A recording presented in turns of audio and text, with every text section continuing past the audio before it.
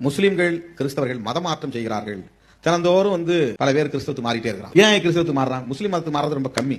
ஏன்னா சீக்கிரம் முஸ்லீம்கள் எல்லாரையும் சேர்க்க மாட்டாங்க. கிறிஸ்தவத்துல எப்படினாலும் பெண்டிகாஸ்ட்ல சேர்ந்துக்கலாம், ஏதாவது ஒரு மதத்துல சேர்ந்துக்கலாம். நிறைய குரூப் இருக்கு. சிஎஸ்ஐல சேர்ந்துக்கலாம், பெண்டிகாஸ்ட்ல சேர்ந்துக்கலாம், எங்கேயாவது பைபிள் படிக்கலாம், பேர் இந்து பேர் வச்சுட்டே கிறிஸ்தவ கோயிலுக்கு போகலாம். அது வேற.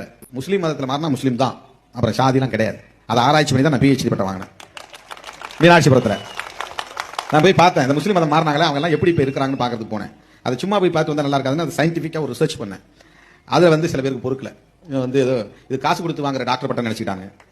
அது ரொம்ப கஷ்டப்பட்டு ஆராய்ச்சி பண்ணி எல்லா வீட்டுக்கும் போய் ஒவ்வொருத்தரையும் தனித்தனியா அவங்க விவரங்கள் எல்லாம் சேகரித்து அதன் பிறகு சயின்டிபிக் அப்ரோச், அது ஒரு ரிசர்ச், அறிவியல் பூர்வமாக மேற்கொள்ளப்பட்ட ஒரு ஆராய்ச்சி.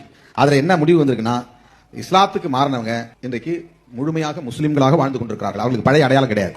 இப்ப யாரும் அவளை போய் பல்லர்லாம் சொல்ல முடியாது. பல்லர் தேவேந்திர குல வேளாளர்னு சொல்ல முடியாது, பல்லர்னு சொல்ல முடியாது. முஸ்லீம் தான்.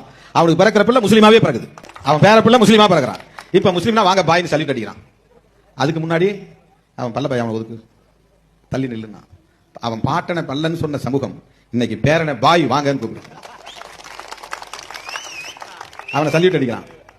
இப்ப இந்தியா முழுக்க முஸ்லிம் மதத்துக்கு மாறினால் அதுக்குள்ள கிறிஸ்துவ மதத்தில் மாறினா கூட நாடார் கிறிஸ்தவன், உடையார் கிறிஸ்தவன், வன்னியர் கிறிஸ்தவன், பிள்ளைமார் கிறிஸ்தவன், தலித் கிறிஸ்தவர் அப்படின்னு கிறிஸ்தவத்துல இருக்கு. ஆனா முஸ்லிம் மதத்துல அப்படி இல்லை.